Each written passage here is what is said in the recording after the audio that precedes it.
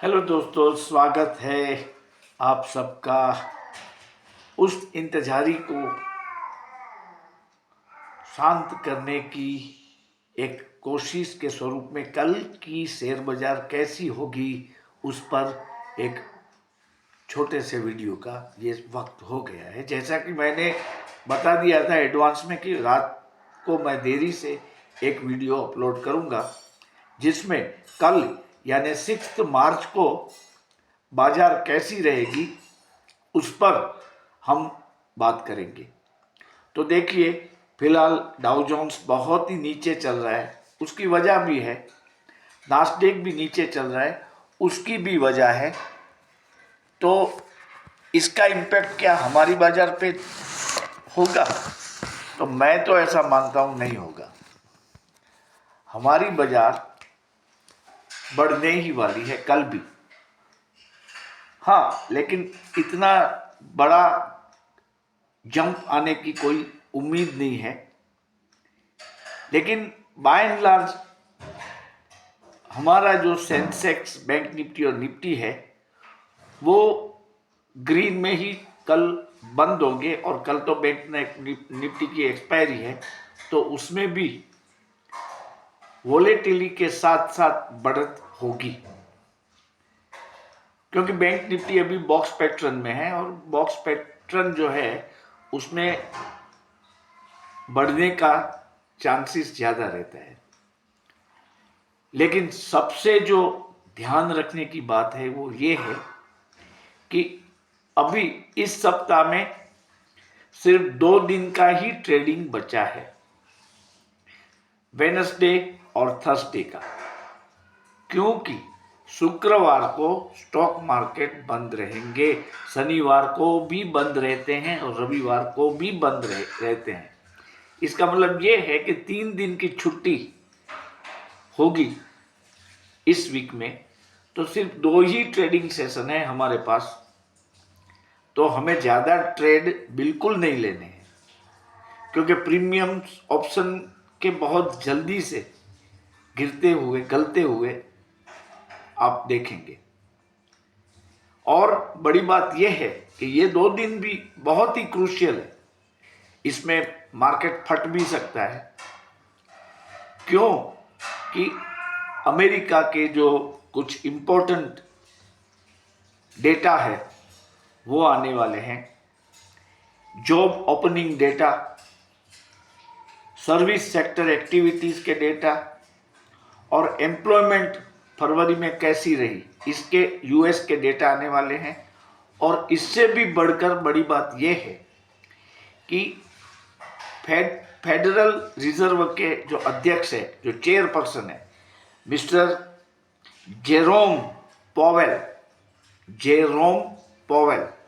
वो कल देर रात अमेरिकी कांग्रेस के सामने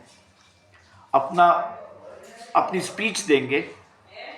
तो इस स्पीच में जो यूएस में रेट कट होने की बातें चल रही है, उसकी टाइमलाइन शायद वो इंडिकेट कर दे। अगर ये टाइमलाइन इंडिकेशन मिल जाता है तो बाजार फट भी सकती है परसों। तो मैं पर्सनली ऐसा मानता हूं कि चूंकि अमेरिका में प्रेसिडेंशियल इलेक्शन है इन द नवंबर 24, तो अभी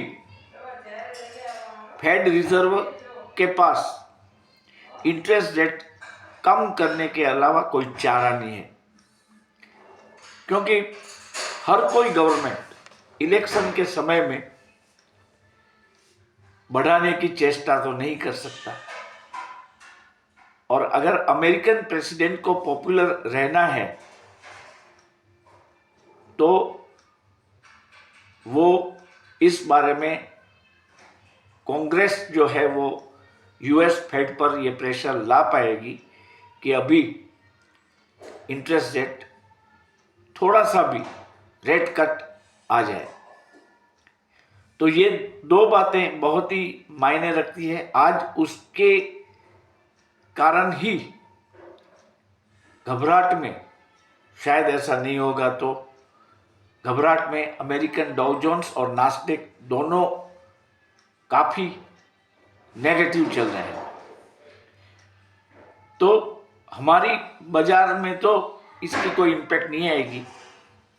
और एक बात समझ लीजिए कि अगर दूसरी कंट्रीज जो है, जैसे अमेरिका है, चीन है, जापान है, उसकी इकोनॉमी माइनस में जब जब जाएगी तब हमको तो फायदा ही होने वाला है।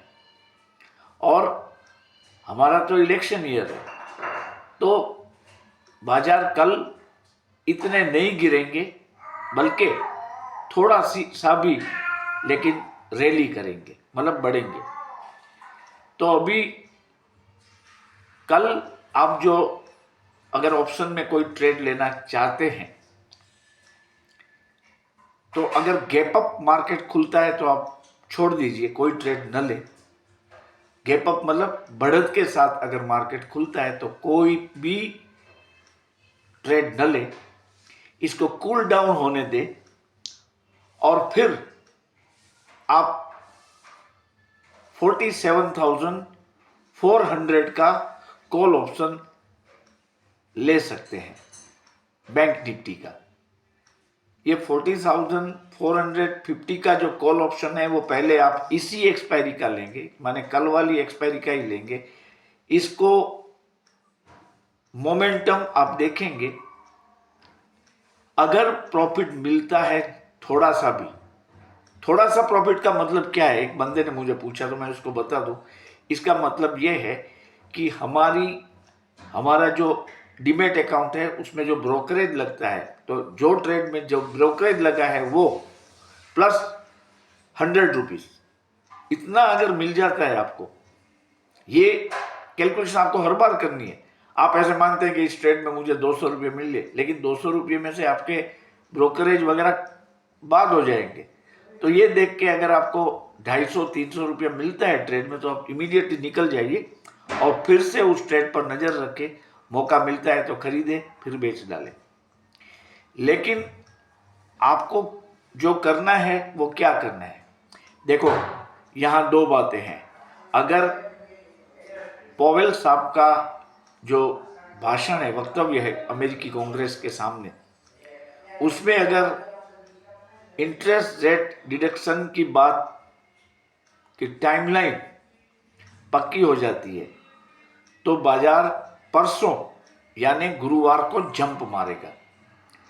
तो आप एक रिस्क ले सकते हैं, यह रिस्क ही होगा, लेकिन फिर भी आप ले सकते हैं कि कल बाजार बंद होने के वक्त, मतलब जब आखिरी 5, 7, 8 मिनट बाकी हो, तब आप देखिए कि बैंक निफ्टी किस तरफ जा रहा है।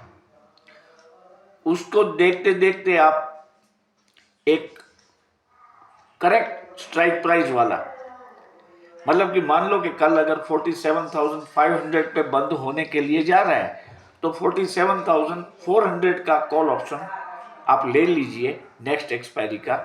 हो सकता है कि गुरुवार को मार्केट काफ़ी गैप अप खुले, क्योंकि मुझे तो पॉजिटिव इंडिकेशन की पॉसिबिलिटी ज़्यादा लगती है। जो जैसा मैंने पहले ही बताया कि अमेरिका में भी ये यूएस में भी इलेक्शन ईयर है, तो मुझे, और इन्फ्लेशन जो है वो फेड का जो टारगेट है वो 2% का है, लेकिन अभी वो 3% चल रहा है। तो हो सकता है कि इतना बड़ा गैप भी नहीं है और कुछ दामों में गिरावट आए, तो हो सकता है कि वो 2.5% रह जाए या 2% रह जाए। तो मेरा ऐसा मानना है कि रेट कट शायद जुलाई तक तो आ ही जाएगा, लेकिन इस वक्त तो हमें सिर्फ टाइमलाइन ही देखनी है।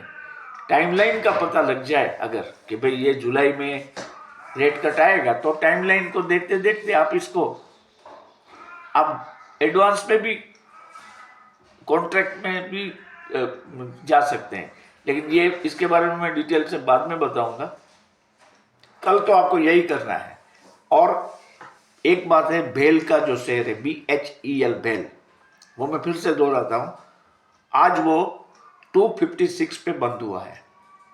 इसमें क्या हुआ कि एनटीपीसी से उसको ऑर्डर मिलना था, वो कल कंपनी ने क्लैरिफिकेशन दिया कि भाई अभी मिला नहीं है, अभी मिला नहीं है। हालांकि वो एक ही बीडर था, फिर भी उसने क्लैरिफाई किया कि अभी मिला नहीं है। लेकिन आज उसने बता दिया कि हमें वो जो ऑर्डर है, बहुत बड़ा ऑर्डर है, पावर स्टेशन के रिलेटेड कोई बड़ा ऑर्डर है, वो उनको मिल गया है। तो जैसे मैंने आपको पहले बताया कि बाजार में जो खबर आती है उसकी इफेक्ट नेक्स्ट डे ज़्यादा होती है। तो कल मैं ऐसा मानता हूँ, बुधवार के दिन, कि बेल का शेयर जो है वो आप ले लीजिए। इसमें आपको इंट्राडे में भी प्रॉफिट मिल सकता है, ऑप्शन में भी प्रॉफिट मिल सकता है, और अगर आप एक्यूमुलेट करते हैं तो सबसे बड़ी अच्छी बात है। और एचडीएफसी बैंक भी आपने देख लिया कि अभी उसमें चाल आ गई है, थोड़ा टाइम करेक्शन चल रहा है, चलेगा, लेकिन आप इसको ले सकते हैं, फायदा होगा।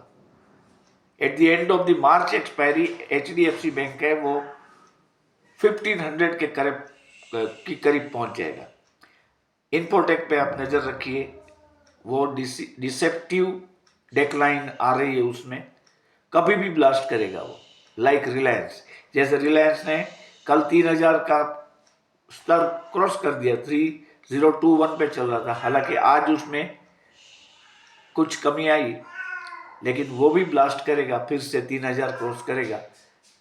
लेकिन ये क्योंकि छुट्टियां है 3 दिन की, तो ज़्यादा ट्रेड न लें, कैश में आप स्टॉक बाय कर सकते हैं, आपको जो अच्छे लगे वो। मैंने तो आपको सिर्फ सजेशन दिया है।